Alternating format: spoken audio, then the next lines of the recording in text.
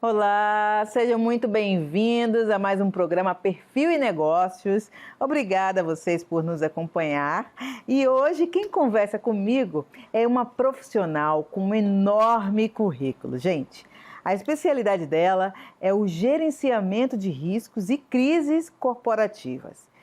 Quem está aqui comigo é Vivi Elias Moreira, executiva de alta gestão.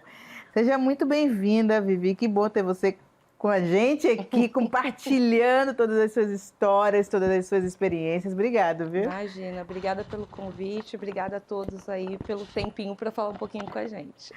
Amiga, vou te chamar de amiga, tá? A gente sabe que pelo seu currículo você é uma grande profissional, mas eu queria saber da sua vida pessoal primeiro. Né? Como é que é a Vivi? É casada, tem filhos? A gente estava trocando um pouquinho, né, antes sobre isso.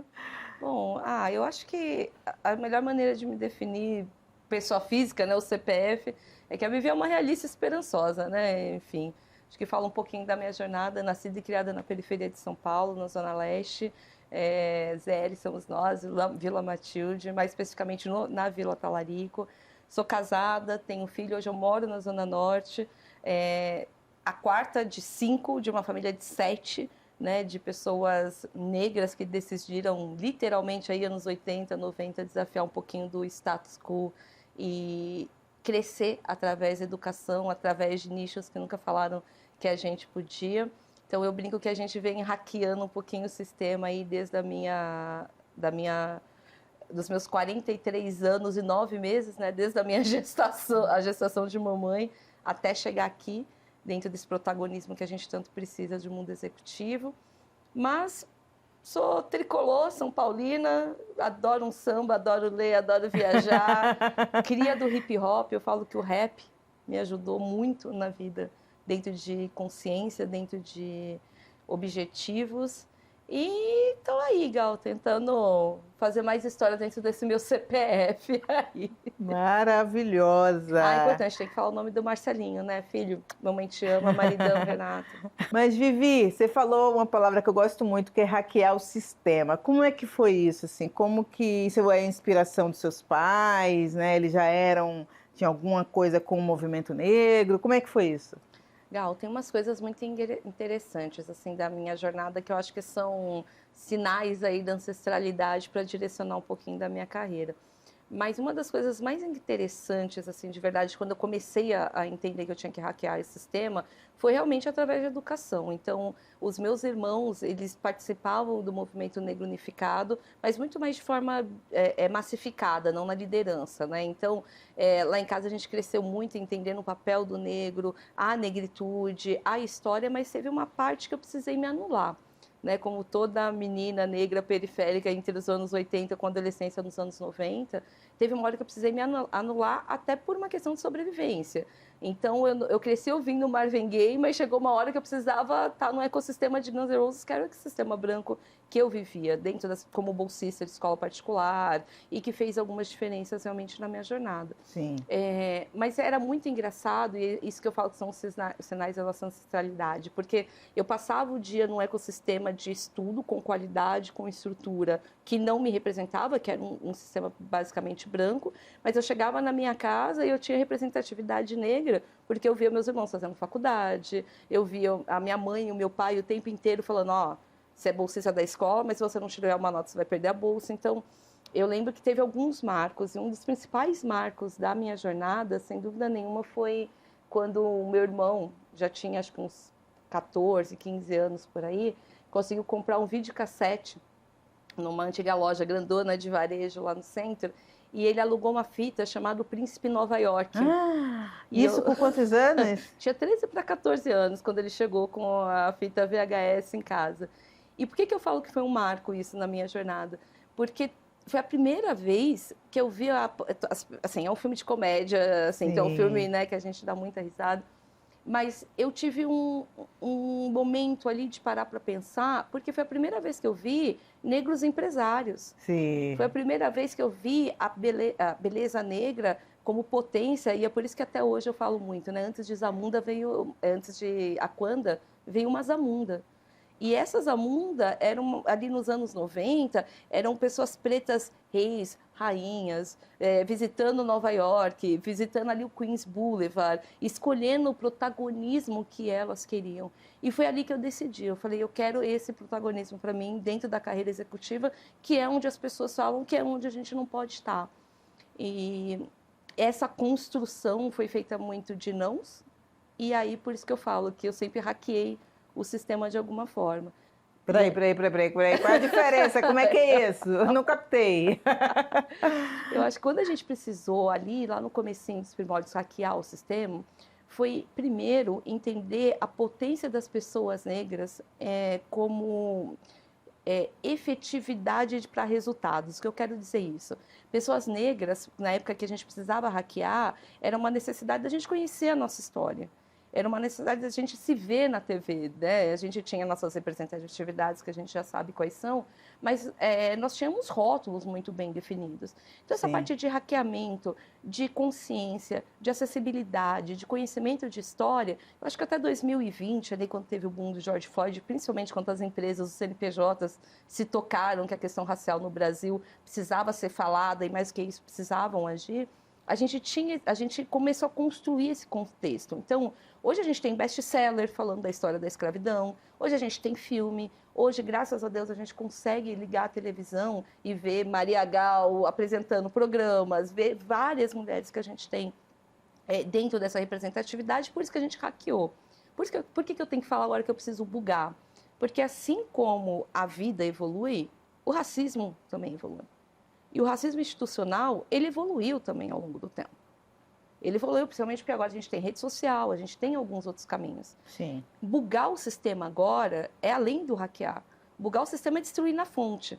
E aí eu explico para quem está em casa e não é de tecnologia. É tiro, porrada e bomba. Exatamente, né? Fazendo analogia. Quando você hackeia um sistema, você normalmente tem os seus impactos relacionados a isso, mas quando você hackeia, o que a gente faz? A gente coloca um antivírus, que era justamente para que o hacker não atinja mais. Bugar esse sistema é bugar o código-fonte.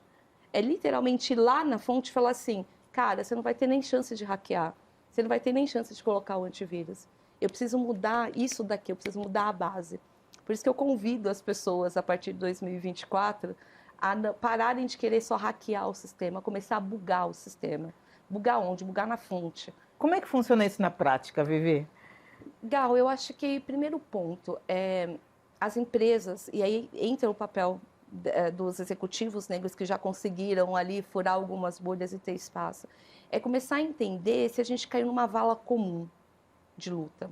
Né? É começar a entender que a gente não consegue mais ficar estável dentro de uma carreira executiva, numa tomada de decisão, somente, por exemplo, em programas de entrada para pessoas negras. A gente tem que começar a falar de lideranças pretas, a gente tem que começar a falar de conselheiros pretos. Sim. A gente tem que começar a entender que, às vezes, isso acontece muito, que é uma evolução também do racismo institucional dentro das organizações, que às vezes a pulseirinha VIP corrompe. Né? E quando a pulseirinha VIP corrompe, o espaço de solitude da pessoa preta, quando chega aqui no topo, ela só aumenta, ela só potencializa. Uma outra forma também da gente conseguir bugar os sistemas, a gente tem uma massa de pessoas pretas que estão perdendo a essência do que a gente precisa para lutar. Então, a gente acaba perdendo tempo com pautas dentro do mundo corporativo que não deveriam ser pautas mais legítimas, como, por exemplo, mês de novembro nós vamos falar sobre negritude na empresa. Poxa, então só o mês de novembro a melanina acentua, né?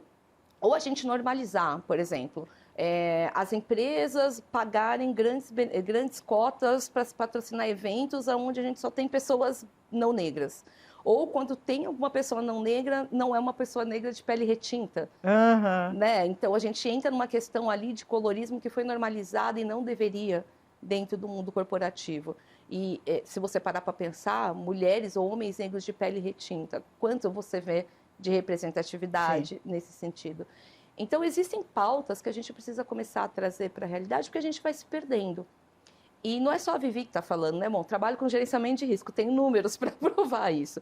Em 2024, nesse momento, entre as 500 maiores empresas do Brasil, nós não temos nenhum presidente negro ou autodeclarado preto, né? Preto e pardo. Vamos seguir ali. Nenhum? Nenhum, zero. Das 500 maiores empresas do Brasil, zero. Até o último levantamento que eu fiz, em dezembro de 2023, na história, desde que começou o levantamento das 500 maiores empresas do Brasil, nesse ranking das 500, nós tivemos um presidente preto, que foi um presidente de uma operadora de saúde, que saiu no início de 2023. Ou seja, essa é a grande diferença. Esse é um exemplo em números quantitativo do que a gente precisa. Não é mais hackear o sistema, é literalmente bugar. Que é impossível que a gente não tenha nenhuma mulher preta, nenhum homem preto na história do Brasil até agora, ou teve só um, né, nesse caso, que não conseguia sentar numa cadeira para a liderança de uma empresa. Se a gente parar para pensar, as pessoas pretas dentro do protagonismo dela, de negritude, para ser líderes ou presidentes, nós temos CEOs pretos, né? Sim. Mas esses CEOs pretos ou fundaram as próprias empresas, são empresas de menor porte.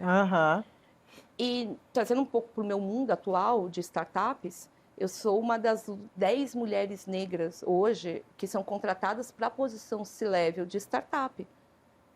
E a ironia é que as startups seriam o novo status quo do corporativo, né? Enfim, se a gente começar a parar, e isso eu falo muito dentro das minhas aulas, né? Eu dou aula para algumas empresas, escolas, universidades de tecnologia, é um risco isso. A gente não está falando porque a Vivi ou a Gal está advogando em prol dela, da família ou do ecossistema. O que eu estou falando aqui é de dinheiro, é de business. Né? Então, eu tenho uma startup, por exemplo, que movimenta financiamento ou empréstimo para a população de baixa renda. Qual a cor dessa população hoje no Brasil? E aí você faz um processo, por exemplo, que muitas vezes, não, é um processo simples que requer uma identificação biométrica. A população de baixa renda desse país tem viabilidade para ter um celular que tenha a funcionalidade? Você consegue fazer esses recortes? Tudo isso é gestão de risco. Então, quando a gente entra, e aqui já vou fazer até um adendo, mas pessoas não negras de baixa renda também têm a mesma dificuldade. Tem, mas as pessoas que estão no poder representam elas, não me representam. E aí acabam entendendo, impactando também outros nichos de diversidade. Por exemplo, pessoas com deficiência. Alguém já parou para pensar se esse mesmo produto para identificação biométrica pode ser viável para pessoas com deficiência que eventualmente não têm acesso a essa funcionalidade? Então, são esses detalhes que a gente fala, como a gente precisa ter representatividade no mundo executivo. Sim, mas a Vivi hoje está atuando em quê? Gal, a gente não fica só parada ali num lugar, né? A gente vai ocupando espaços de representatividade. Então, hoje eu sou C-level CEO em uma startup ligada à economia circular. Sou professora de 3 MBAs com temas diferentes, um de gestão de riscos ligados à ESG, um outro de negócios com propósito, voltada justamente para a conscientização de startups e negócios que vêm começando. Sou coautora de 2 livros hoje, tenho aí no forninho mais 2 livros ligados à gestão de riscos de ESG, ligados a riscos sociais, conselheira de 4 grandes empresas, 2 que eu tenho no meu coração e que a gente sabe que a gente luta muito, o pessoal da Preta Hub, coraçãozinho lindo, e outros 2, um comitê de auditoria e risco ligado ao segmento de saúde, uma outra de técnica e qualidade no segmento de saúde e uma outra empresa de cosméticos ligadas à ESG. E aí no tempo livre também eu dou um jeito de fazer alguns outros projetinhos, palestras, eventos que a gente pode fazer aí para tentar passar a mensagem de que a gente precisa falar sobre riscos sociais e diversidade e inclusão por aí. Isso que eu ia perguntar, como que você concilia tanta coisa? Como é que é isso? Gal, eu acho que eu cheguei num momento que os não são estratégicos para a conciliação dos seus sims, sabe? Peraí, os não são estratégicos para a conciliação dos seus sims? Como é que é isso? Muitas das palestras, acho que 90% das palestras, eventos, grandes eventos que eu faço, o grande foco deles é reverter uma grana para uma atividade que eu tenho paralela há muitos anos, que é ajudar uma ONG que chama CCA Juntos que fica no Jardim Eliane, em São Paulo, na periferia também da Leste, onde a gente tem várias vulnerabilidades que precisam ser cerceadas e eu tento ajudar, meu marido, já há muitos anos, de alguma forma. Então, eu faço isso pro bono. Então, como é que eu faço para ter os nãos para me ajudar nos sims, balanceamento? Intencionalidade. Se eu entendo o que é uma palestra, se eu entendo o que é um evento, e aí não importa a grana, porque eu sempre falo isso para os meus contratantes, olha, tal evento, a grana vai ser revertida para tal demanda. Não importa a empresa, não importa o segmento, o que me importa é a intencionalidade do que eu venho fazer. Eu acho que aparecer é necessário, mas aparecer com estratégicas é prudente. É prudente porque a gente tem um outro risco, que chama risco de imagem. E muitas das pessoas negras, principalmente pessoas negras que não têm acesso a gerenciamento de crise, gerenciamento de risco, gerenciamento de carreira, às vezes entendem que a gente vai pegar todo o bolo porque a gente precisa aparecer. E isso desgasta algumas situações. Então, minha intencionalidade é que vai falar se eu sim vou continuar fazendo isso ou não. Não faz sentido eu aparecer só para ser um token, só aparecer para passar uma mensagem vazia ou só para aparecer que no pipeline tem uma pessoa negra. Então, quando eu falo alguns nãos, essa lacuna de tempo eu otimizo. E aí eu otimizo em cuidado com a minha família, lógico, em primeiro lugar, em autocuidado, que é importante a gente pensar no nosso autocuidado. Com certeza, saúde mental. Total, Gal, total. O meu tempo com as minhas amigas, porque isso parece que não, mas é importantíssimo. Então, eu tenho um grupo de amigas que a gente decidiu criar um grupo muito nosso. Então, a gente tem uma viagem nossa uma vez por ano para qualquer lugar, para a gente falar sobre mulheres, sobre necessidades, sobre afeto. E eu brinco que é meu grupo Irmãs de Inhame, que é um livro da Bell Hooks, que é maravilhoso. Quem não leu, super leia. Como que chama o livro? Chama Irmãs de Inhame. É um livro sobre autorregeneração de mulheres negras dentro da cúpula de conexão que a gente tem enquanto mulheres negras. Você vai ganhar um. Opa! Já vai ganhar um. E é divino esse processo, porque a gente se suporta, a gente se acolhe, a gente se autopromove sem esquecer a nossa feminilidade. Né? E também um pouquinho do que, às vezes, o feminismo branco esqueceu da gente, né? Então, a gente tem a dororidade para se unir, né? Que é um termo de mulheres negras, ao contrário das mulheres não negras que usam o termo sororidade, a gente usa dororidade para se unir. Não conheci esse termo, dororidade. É um termo que ele foi cunhado por uma professora brasileira. Eu vou pedir desculpas porque eu esqueci o seu nome, mas estou citando você aqui. E essa professora, ela citou que mulheres negras não se unem no amor, no acolhimento. Mulheres negras se unem normalmente na dor. E isso acontece até hoje.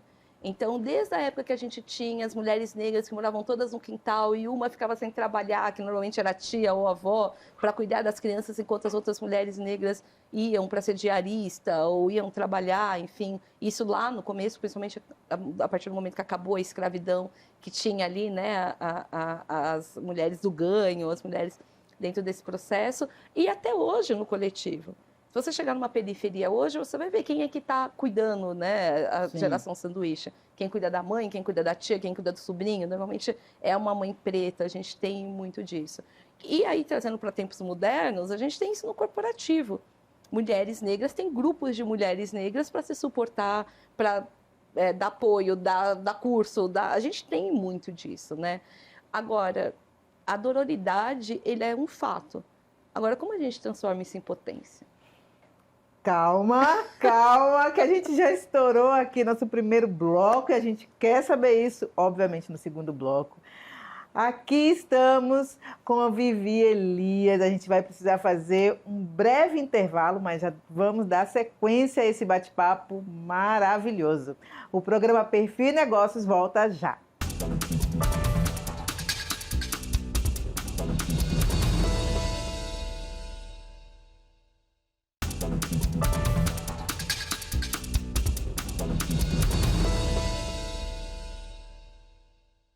E estamos de volta com o programa Perfil e Negócios. E quem está aqui do meu lado é a Vivi Elias Moreira, executiva de alta gestão. E no bloco anterior a gente parou ali no momento ápice que você estava falando de como transformar a dororidade em potência, né? Como é que transforma? Ai, Gal, olha, eu acho que a primeira dica que eu dou, e é uma coisa muito pessoal, eu faço isso, né? A primeira coisa é não romantizando histórias, né? A gente tem que tomar muito cuidado. Eu, por exemplo, eu tenho mulheres que me inspiram. E essas mulheres que me inspiram me ajudam a transformar a conexão da dororidade que eu tenho com essas mulheres que me inspiram, me ajudam a entender a jornada delas e o que eu posso aprender com essa jornada. Mas não quer dizer que eu tenho que trilhar o mesmo caminho que elas, e isso é muito perigoso. Então, quando a gente fala de transformar dororidade em potência, o primeiro ponto que a gente precisa entender é que dores de mulheres negras são iguais, mas não quer dizer que o caminho que a Vivi e a Gal trouxe é justamente que eu devo seguir a ferro e fogo para conseguir a mesma felicidade ou a mesma necessidade ou o mesmo sucesso que uma outra mulher negra tem. Eu quero dizer isso no sentido contemporâneo. Então, por exemplo, existem mulheres negras que tem aquela fachada, né, do mundo perfeito, casada, filho, viagens e grupos, etc. e tal, mas aquilo tudo tem um custo. E tá tudo bem se a gente não conseguir atingir todo esse mainstream que alguém falou que a gente tem que ter. Tá tudo bem se eu for uma mulher mãe solo e quiser viajar com meu filho e ser uma executiva. Assim como tá tudo bem entender que eu posso ter um amor que não é um amor afrocentrado. Por exemplo, eu tenho um relacionamento com um homem não negro que entende o privilégio branco dele e da família dele também, e nem por isso deixam de me dar suporte para a minha luta e para o meu status. Uhum. Então, toda essa parte de entendimento, de não romantização de histórias, é humanizar. E a potência precisa ser humanizada. Ela precisa entender que está tudo bem se eu estou aqui falando na câmera e começar a chorar com alguma coisa que me toca. Eu sou um ser humano. Está tudo bem se no mundo corporativo a gente entender, por exemplo, a humanização de mulheres negras, quando, por exemplo, acontece um caso, como aconteceu do menino Miguel com a Mirtes, e chocar as mulheres negras de uma organização. Porque o menino Miguel foi um pouquinho do meu filho também. Foi um pouquinho do meu sobrinho, foi um pouquinho do meu afilhado, foi um pouquinho das crianças da ONG que eu ajudo. A Mirtes é um pouquinho da Vivi, é um pouquinho de Gal. Então, a humanização é necessária para a gente trazer a potência. Um outro ponto, a partir do momento que a gente consegue desenhar essa humanização, é colocar pessoas, mulheres e homens negros também, a gente não pode esquecer da potência que a gente tem também dos nossos homens negros, trazer a potência em resultado. E eu gosto muito de trazer isso para o mundo corporativo, né? Apresentação de resultado das empresas. Pessoas negras só aparecem para falar de diversidade e inclusão. Resultados de diversidade e inclusão. Temas sobre diversidade e inclusão. Não, mostra a potência que a gente tem, por exemplo, de pessoas negras em marketing. Eu, por exemplo, a gente participa de um grupo de WhatsApp de mulheres negras e uma vez alguém soltou o seguinte, olha, teve um ranking dos melhores CMOs do Brasil. Não tem pretos. Sim.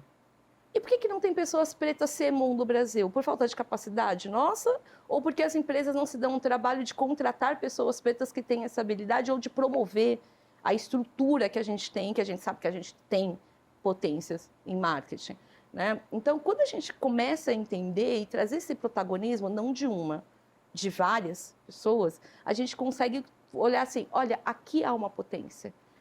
Ali há uma entrega. O trabalho que você faz como conselheira nas grandes empresas é também trazer esse olhar? Trazer esse olhar e trazer esse olhar para o sistema de business. Trazer esse olhar de potência para business. Então, por exemplo, quando a gente está falando de gestão de riscos sociais ligados à saúde, qual o potencial da população negra hoje que tem acesso a uma saúde de qualidade? Qual o potencial de mulheres, mães solos, pessoas com deficiência, comunidade LGBTQIAP+, que têm acesso a um plano de saúde? E se eles têm acesso, como eles são tratados? Por exemplo, como que um médico consegue tratar de maneira efetiva uma pessoa que tem uma religião de matriz africana e chega de turbante para uma consulta? Ou que eventualmente não pode tirar algum item, né? Que eventualmente algumas religiões têm esse preceito, e eu não posso mexer, o médico não pode mexer porque tem uma religiosidade ali. Como que uma mulher trans é tratada no momento que ela é atendida? Como que a gente lida com o nome social numa carteirinha de plano de saúde? Como uma pessoa com deficiência Essas perguntas de como, quem vai responder é a diversidade que vive dentro da sua empresa. Porém, a gente não quer responder mais com dor. Eu quero responder com potência. Então, as empresas que lançam carteirinha de plano de saúde, que tem um campinho, uma linha com nome social, é potência. Sim. É potência ali. Meu RG já tem, os cadastros oficiais já tem, por que a sua empresa não fez isso ainda? E eu estou falando de plano de saúde, que eu sou conselheira de uma empresa de saúde. Mas isso vai para a carteirinha do clube. Isso vai para a carteirinha do mercado. Né? Então, essa visão de potência que a diversidade e a inclusão pode trazer para os seus negócios, para a startup. Gente, eu vou trazer um exemplo muito pessoal. Eu abri conta num banco digital que, enfim, estava super na moda, enfim, vamos entender. Estava cansado dos tradicionais e decidi abrir minha conta no banco tradicional. Abri, baixei o aplicativo, reconhecimento facial. Estou usando lindamente. Fui para a praia, parou de reconhecer. Aí eu falei, gente, mas não pode ser. É alguma coisa no meu celular, a gente pensa na tecnologia, a tecnologia é culpada de tudo. Passou um tempo, cheguei na gerente e falei, gente, mas não pode ser, meu reconhecimento facial não está funcionando. Aliás, fui na gerente não, né? Você tem que mandar um chat, porque até isso tiraram ali, né? Enfim. Mas aí é pauta para outro programa. Mas fui no chat, abri, mandei mensagem, parará, e fiquei esperando uma resposta. Nesse meio tempo, o algoritmo do meu celular entendeu que eu estava pesquisando alguma coisa de identificação facial e me entregou um vídeo de um influenciador negro que ele fazia o teste da biometria no rosto dele. Ele tinha a pele retinta, não reconhecia. Ele pegou um outro celular com a foto do Brad Pitt, ou George Clooney, enfim, na hora reconheceu. Oi? Isso já há alguns anos, a tecnologia evoluiu a partir disso? Evoluiu. Mas naquele momento eu entendi que o algoritmo da funcionalidade não reconhecia algumas tonalidades de pele preta. Assim como no metaverso, há pouquíssimo tempo que a gente tem. A gente tem até a Nina Silva, que tem a influenciadora, né, a Nina Verso, que eu brinco. Mas a gente tem várias situações que até pouco tempo atrás a gente não tinha. Sim. Que são os algoritmos racistas, os algoritmos preconceituosos, enfim. Sim. Na hora eu cancelei minha conta. Eu não pensei duas vezes, eu não esperei o chat, eu cancelei minha conta. Vai fazer diferença para essa fintech? Não sei. Mas eu estou aqui falando sobre isso agora. Então, se pessoas como você também passarem por esse tipo de problema e fizerem a mesma coisa, certamente faz toda a diferença, né? E aí vem um outro risco que a gente está falando, que é o risco de imagem. Não há mais tempo, e isso é um mantra que eu ando falando. As empresas, independente do porte, independente do caminho, não há mais tempo e não há mais viabilidade para notas de desculpa. Então, quando a gente tem as partes interessadas... Nessa altura do campeonato, né, com tudo que o mundo e o Brasil já viu... Pedimos desculpa porque não pensamos, pedimos... a gente nem acredita mais, né? A gente não acredita. E as empresas sentem uma zona de conforto, que uma notinha vai falar assim, resolveu todos os problemas. Mas sinto falar como uma profissional que trabalha com gestão de crises e riscos, é o seguinte, a web não esquece. O próximo erro que acontecer da sua empresa, a primeira coisa que vão fazer é ressuscitar aquele caso daquela notinha que você deu no passado. A gente tem uma grande varejista que está provando isso, de um caso de racismo. Né? É óbvio que foi um extremo essa situação. Mas o que se remete a essa grande varejista, na sua grande maioria dos casos, é sobre aquele caso. Sim. Quando a gente poderia estar falando de potências, porque existem pessoas pretas, potentes e competentes que trabalham nessa mesma organização. Sim. E cadê essas pessoas? Por que não acontece, né? Muitas vezes a gente tem ainda a gente tem tomadores de decisão, as pessoas que estão ali com a caneta, que fazem o famoso washing, né? Então, a gente tem até a Lili, do Gestão Kairos, que eu sei que a Lili já passou por aqui, que ela cunhou um termo aqui no Brasil que chama diversity washing, né? Ela patenteou esse termo. Sim. E a Lili, ela fala do diversity washing, mas a gente tem o ESG washing, a gente tem o compliance, né? Greenwashing, enfim. O greenwashing, ele ficou até um pouco mais conhecido, até principalmente que a gente está com essa demanda que é urgente e válida de falar de meio ambiente, sustentabilidade, enfim. O problema dos washings é que eles vão virando ondas. Então, a gente teve a onda do diversity washing, porque todo mundo precisava falar de diversidade e inclusão. Aí a gente pegava a diversidade e inclusão. Quem é o que a gente precisa falar mais? O George Ford morreu, vamos falar de racial. Agora não, vamos falar de povos originários. Agora não, vamos falar de pessoas com deficiência. Vamos falar de gênero. Então, o diversity washing, ele vai navegando ali sem entender que a gente está falando de impactos de vidas. Impacto de pessoas. A mesma coisa o compliance washing. Né? O que é o compliance washing? A gente faz Não políticas... conhecia esse termo.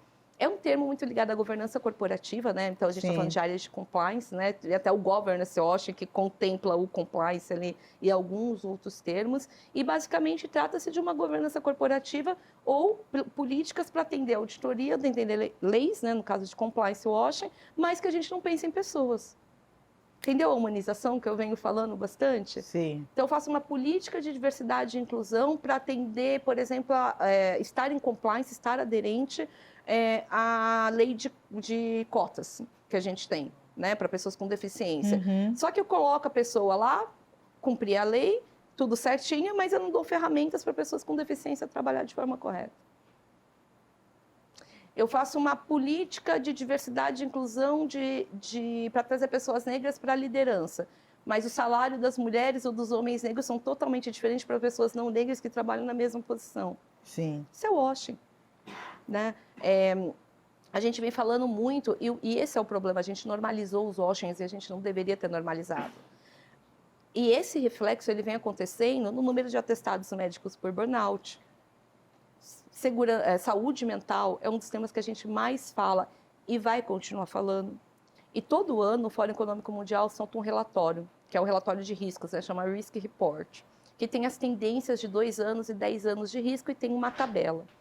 É a primeira vez que eu vejo, desde que acompanho esse relatório há muitos anos, por demanda da profissão, que o número 1 trata-se de desinformação. Desinformação? É o risco grave nos próximos 2 anos ligados à desinformação, muito decorrente de inteligência artificial. E aí eu vou trazer para o recorte de washing. A desinformação vem para quem? Quem que sofre os impactos de uma desinformação? Temos 2 grandes exemplos aqui, e é que vocês não estão vendo, mas também a gente tem as pessoas aqui na produção que vêm fazendo esse processo, que é o operacional. Então, quando a gente usa inteligência artificial que não tenha um viés humanizado, e quando eu digo humanizado é entender detalhes de diversidade e inclusão, é entender essas potências que eu venho falando, enfim, a gente vai estar passando informação incorreta. Tem um livro aqui que eu também gosto muito de indicar, que chama Algoritmos da Opressão, que é uma ex-programadora de uma grande empresa de tecnologia que fez, e foi o comecinho, né, do alerta disso. Ela tem um exemplo muito grave. Teve uma época que você jogava no pesquisador, né, no site de pesquisas, onde moram os macacos nos Estados Unidos. O algoritmo direcionava para a Casa Branca, porque era a época que o casal Obama estava morando lá. Algoritmo, tecnologia, quem é que programa? Qual a cor de quem programa? Qual a responsabilidade das empresas? Eu já fiz pesquisas assim, né, no Google, e aí quando você bota assim, mulheres bonitas, aí você não vê mulheres negras, ou vê poucas mulheres negras, geralmente mulheres brancas, né? E quando são as negras, tem o mesmo perfil, é a Thaís Araújo, uma 3 pele ou 4, mais clara, assim. né? Faça a mesma pesquisa, convide todo mundo em casa, executivos de sucesso, executivos de destaque. Pega uma pesquisa dos últimos 10 anos no Brasil e faça executivo de destaques pretos, ou executivos dos maiores CEOs das empresas dos últimos 10 anos. Primeira pergunta, primeiro cálculo que a gente vê, a quantidade de mulheres ali.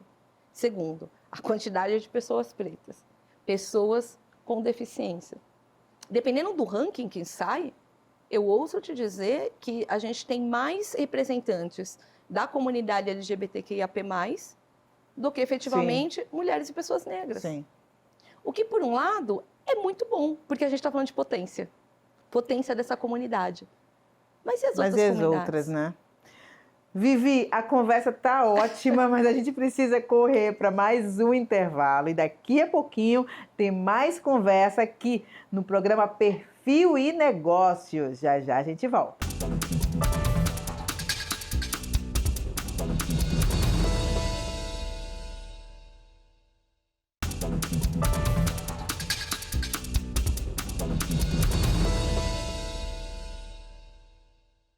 E o nosso programa Perfil e Negócio está de volta. Hoje eu entrevisto a executiva de alta gestão, a Vivi Elias Moreira.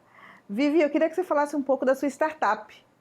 Vamos lá, vamos falar. Bom, existem algumas startups, né, que eu já participei, enfim, mas hoje a gente participa efetivamente da Circular Brain, que é uma Como que chama? Circular Brain.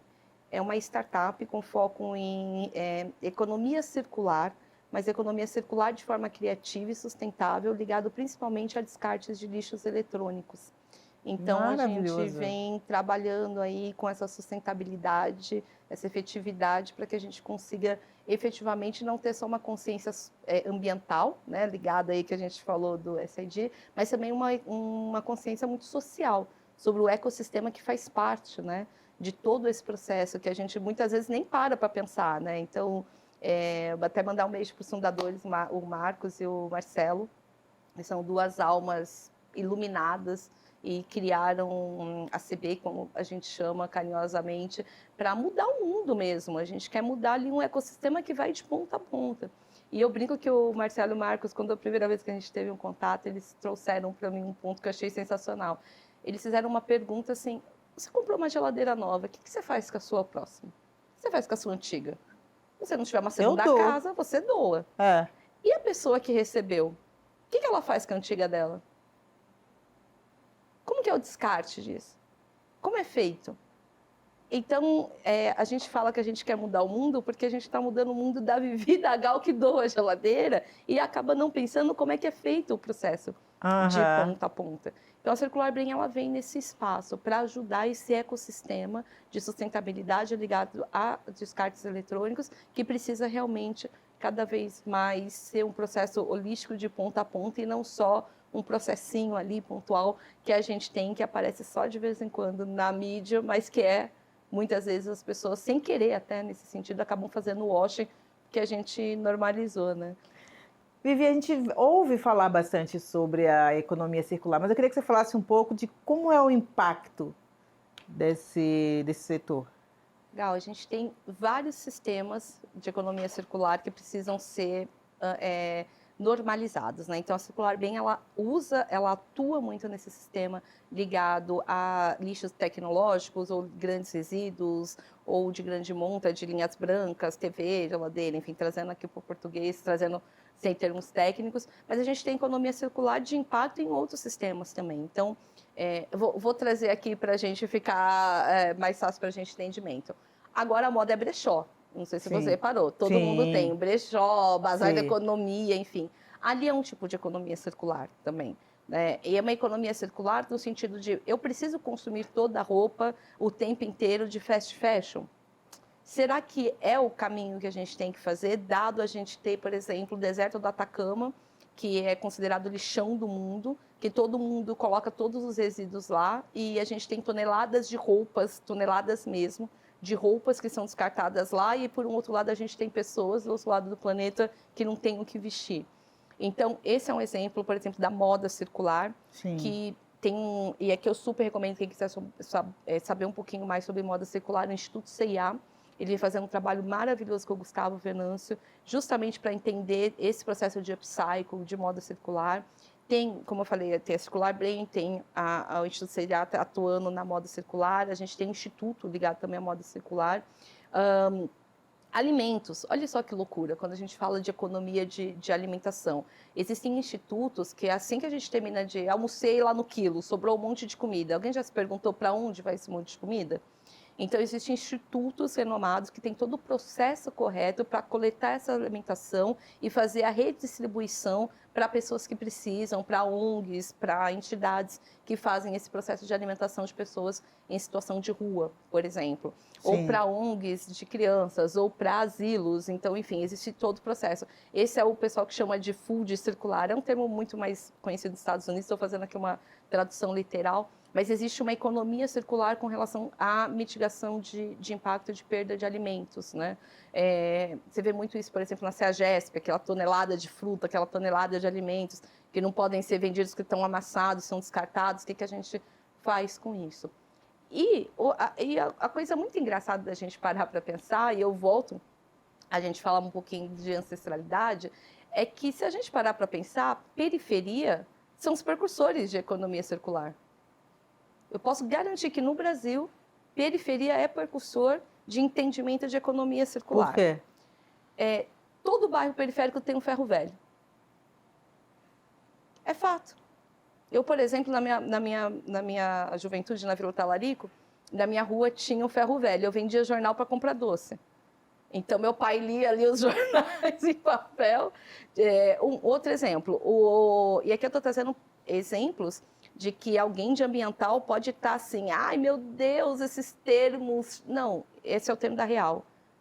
A humanização que eu estou trazendo para o tema, né? Uhum. O moço da garrafa, aquele senhor que ia com uma Kombi, ou senhora que ia com uma Kombi, passava na vila trocando garrafa de vidro por doce, porque depois ele vendia. O cara do óleo, que passa nas periferias, lá nos bairros, coletando óleo para revender. Tudo isso é economia circular, de alguma maneira, que a gente vem reaproveitando. E por que eu falo que periferia, comunidades ou favelas, como queiram se identificar, são percussores disso? Porque a gente sempre fez isso para sobreviver. A gente sempre fez isso para sobreviver. Então, sobrava comida, era bolinho de arroz no outro dia. Sim. Né? A gente fez isso para sobreviver. Sim. Sabonete, pegava um monte de sabonete ali para virar um só. Uhum. Pasta de dente até o final. Sim. Sobrevivência. E aí, a minha provocação é: olha o tanto de talento, ideia e inovação que a gente tem nas zonas periféricas ligados ao tema de economia circular, e a gente simplesmente despende porque a gente não contrata o menino da periferia. Sim. Ou a garota da periferia, porque vai demorar 2 horas para chegar aqui, o cara vai chegar cansado. Sim. É essa humanização que a gente precisa trazer para os processos, incluindo principalmente startups e a nova demanda do momento, que é ligada à economia e principalmente à sustentabilidade. Perfeito. Né? Horta. Quantas pessoas na periferia fazem horta para sobreviver? Meu pai é um delas, alimentou um monte de gente do bairro com a horta dele. Isso é um exemplo. Vivi, eu queria entender mais sobre o seu trabalho nos conselhos. Você faz parte de conselhos nacionais e internacionais, né? Tem alguns aí. Queria que você falasse um pouco dessa atuação. Qual o trabalho também, né, que o conselheiro deve fazer? Isso é bom também. Exatamente. Eu nunca imaginei sentar numa cadeira de conselho, né? E quando eu falo de certificação, participo desses grupos de conselheira, principalmente americanos, enfim... Quando eu sento ali para conversar com elas, muitas das vezes eu fico observando que o papel do conselheiro é muito mais do que o direcionamento, a proposição de melhores caminhos ou o questionamento de que as empresas precisam ir para que a gente garanta a ética e a integridade dos processos de negócio. Eu costumo falar que hoje o meu papel como conselheira é fazer provocações proativas, no sentido do e se. E o porquê. Então, no papel ali, nas boas práticas, nas certificações, nos cursos que a gente faz, o que faz um conselheiro? Ele propõe, ele direciona e ele faz o correto, a correta proposição para que as empresas consigam desenvolver negócios dentro de ética, dentro de transparência, dentro de processos que evitem conflitos de interesse, mas mais do que isso, garantindo princípios básicos de equidade, de diversidade e de que a gente precisa tanto nas corporações hoje, que é principalmente falarmos de valores inegociáveis aí, onde a gente sabe, muitas empresas, infelizmente, ainda têm um lucro acima de qualquer outra coisa. Uhum. Então, quando a gente vai para uma reunião de conselho, quando eu sento numa reunião de conselho, as pessoas romantizam, né? Uma reunião por mês ganha uma grana violenta e só fica lá falando, eu acho que é isso. Não. Conselho é uma responsabilidade. Sim. E é uma responsabilidade que, dependendo da cadeira do conselho de administração, seus bens estão envolvidos. Sim. Ali, né? Sim. Então, eu, por exemplo, para cada reunião de conselho, eu tiro pelo menos 3, 4 horas antes para estudar, ler a ata, verificar as empresas. Eu tenho algumas preparações prévias que são necessárias dentro do processo de conselho que eu participo. E por que você precisa? Porque você precisa estar preparada, justamente para fazer as proposições corretas com base de ética e transparência, que eu acho que atualmente é um dos principais objetivos que a gente tem dentro do conselho. E só grandes empresas que podem ter ou pequenas e médias empresas também podem ter conselhos? Excelente pergunta, Gal. Toda empresa, não importa segmento, tamanho, o que for, toda empresa precisa ter pelo menos uma pessoa em um determinado conselho. Precisa ter uma estrutura de gigante ou de listada, né, que a gente fala, que são as empresas que têm mais demandas regulatórias? Não. Você pode ter um conselho consultivo. Né? O que é o conselho consultivo? O conselho consultivo é um grupo de pessoas que, na sua grande maioria, não tem uma remuneração ligada direta e que fazem o processo de direcionar, muito parecido com o conselho que a gente tem, mas em grande monta com um pouquinho menos de demanda de responsável legal, responsabilidade legal. E o conselho consultivo, ele pode te ajudar, às vezes, num processo até, eventualmente, de mentoria. Algumas pessoas, eu sei que conselheiros agora mais tradicionais podem falar assim, de jeito nenhum, conselho consultivo não é uma mentoria, mas ele pode começar com um processo de mentoria. Por exemplo, em startups, eu sou conselheira de 3 startups da Faculdade de Tecnologia que eu dou aula. Esse conselho começou através de uma mentoria, comecei a mentorá-los e eles me convidaram para participar do conselho. Então, quando a gente começa a entender que empresas precisam ter esse direcionamento dentro do conselho, a gente começa a entender o quanto o papel do conselheiro é importante para o crescimento sustentável da empresa. Por isso que eu adorei essa pergunta. Para empresa de qualquer tamanho. Muitas empresas falam o seguinte, mas eu sou pequeno ainda, eu sou startup. Eu estou perguntando exatamente, porque eu tenho uma produtora de audiovisual e eu nunca pensei em ter um conselho por ser uma pequena empresa, média empresa, enfim. E aí, na conversa com a Ju, nossa amiga, ela falou, não, eu conversei com a Vivi, qualquer empresa pode ter. Qualquer empresa pode ter, não precisa ter uma estrutura de 20 conselheiros, 30 conselheiros. Pode ser que uma empresa que tenha 2 conselheiros e 2 conselheiros de expertises diferentes. Isso é importante. Então, por exemplo, para a sua produtora, você pode ter um conselheiro ligado a finanças, uma pessoa que tem uma expertise maior em finanças, uma pessoa que tem uma expertise maior em comercial. Essas informações que vêm de conselheiros, o mix de expertise só colaboram para a sua estratégia de negócio. Sim. Né? Então, por exemplo, a nossa amiga Ju tem dentro do conselho dela pessoas com expertises diferentes que vão ajudar a colaborar com os clientes dela. Sim. Então, imagina, na produtora, você tem hoje uma campanha de bebida. Poxa, eu tenho um conselheiro que entende um pouco mais do segmento de alimentícia e bebidas. O que ele pode me ajudar a agregar nesse processo para que falhas, riscos sejam mitigados? Né? Então, é muito importante a gente disseminar essa cultura de que toda empresa, não importa o porte, tem que ter um conselho. Vivi, eu preciso chamar de conselho? Não necessariamente, você pode chamar de comitê. Eu tenho um comitê... é a mesma coisa, não sabia. Não, tem uma diferença. Os comitês, o conselheiro, ele tem algumas responsabilidades, como eu falei, algumas responsabilidades legal de maior ou menor porte, ou o conselheiro consultivo, quando ele tem um pouquinho menos de responsabilidades, principalmente responsabilidades fiduciárias, que é bem menor no conselho consultivo.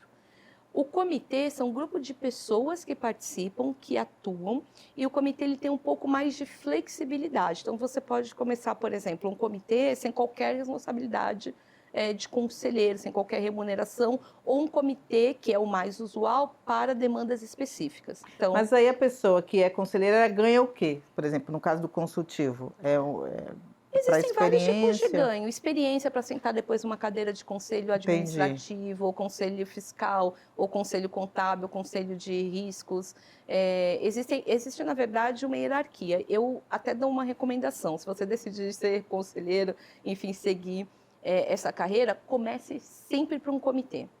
Não sente numa área numa cadeira de conselheiro, principalmente conselheiro administrativo, que tem essas respostas mais, o ápice ali que a gente tem de demanda, de obrigatoriedade e de restrições. Não sentem nessa cadeira sem ter passado por um comitê.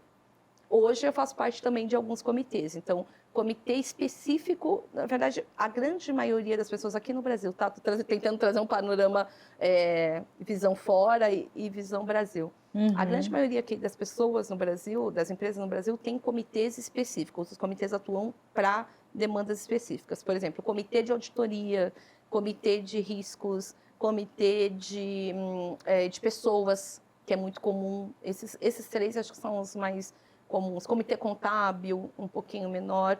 Mas esses são os comitês mais comuns. Então, são pessoas só ligadas à área de gestão de risco que estão lá para falar sobre aquele tema. Conselho, a gente vai abordar todos os temas. Quando você senta no conselho, por exemplo, conselho fiscal, todos os temas fiscais serão abordados ali. Conselho administrativo, todos os temas, de todos os itens vão ser abordados ali.